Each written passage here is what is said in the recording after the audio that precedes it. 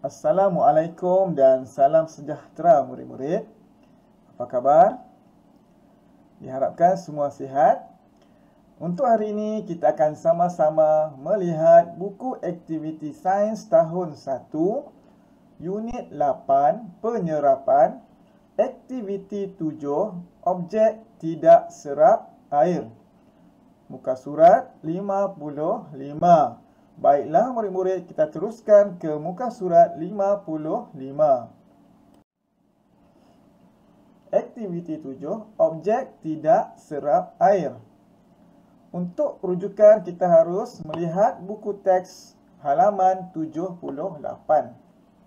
Okey, di muka surat ini ditekankan tentang kepentingan objek yang tidak boleh menyerap air, ya. Objek yang boleh menyerap air dan objek yang tidak boleh menyerap air penting dalam kehidupan kita. Untuk aktiviti 7, kita akan menekankan kepada objek tidak serap air. Dan apakah kepentingan objek tersebut? Ya. Jika dilihat contoh di sini, tong besi untuk menadah dan menyimpan air hujan, kemudian payung plastik, ya, menghalang kita daripada terkena air hujan, kasut getah mengelakkan kaki daripada basah, cermin kaca dapat mengelakkan kita dari terkena air hujan. Jadi kesimpulannya di sini, objek yang tidak menyerap air adalah besi atau logam, plastik, getah dan juga kaca. Baiklah, kita teruskan ke aktiviti 7. Kita lihat apakah tugasan yang ada untuk kita hari ini. Suaikan jawapan dengan kepentingan objek yang tidak menyerap air. Baiklah, kita diberikan gambar beberapa objek dan kita harus suaikan jawapan yang betul dengan kepentingan objek tersebut. Baiklah, kita lihat gambar satu persatu. Baiklah, yang pertama Google, ya. Google ataupun cermin mata untuk ada Google untuk keselamatan, cermin mata keselamatan. Yang ini Google untuk penyelam, ya, untuk menyelam di dalam air. Apakah kepentingan objek ini? Ya, air tidak dapat memasuki ke dalam Google kerana ianya dibuat dari bahan yang tidak menyerap air. Dan apakah kepentingannya? Murid, kita lihat di sini. Apakah kepentingannya? Okey, Google berkaitan dengan mata. Jadi melindungi mata daripada terkena air. Okey, kita terus tandakan jawapan. Okey, melindungi mata daripada terkena air, ya, untuk kita menyelam dan untuk melihat hidupan-hidupan di dalam air. Okey. Baiklah, kita teruskan gambar yang kedua, tong plastik ataupun tong besi, ya, sama seperti contoh di buku teks, ya. Dan di sini ditulis menadah dan menyimpan air hujan. Ada tak jawapan yang sama?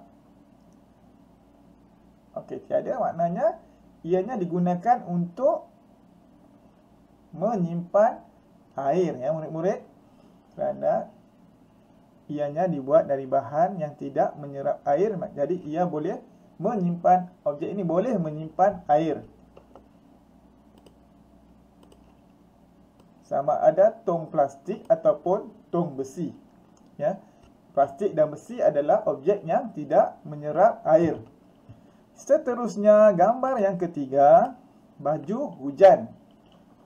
Untuk baju hujan dibuat daripada PVC ataupun plastik kalis air, ya.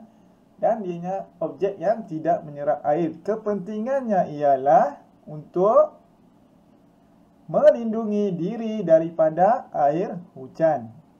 Okey. Melindungi diri daripada air hujan. Seterusnya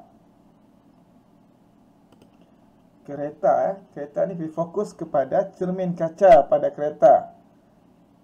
Jika dilihat dalam buku teks ni menulis dapat mengelakkan kita daripada terkena air hujan, sama seperti jawapan yang ini ya. Mengelakkan kita daripada terkena air hujan.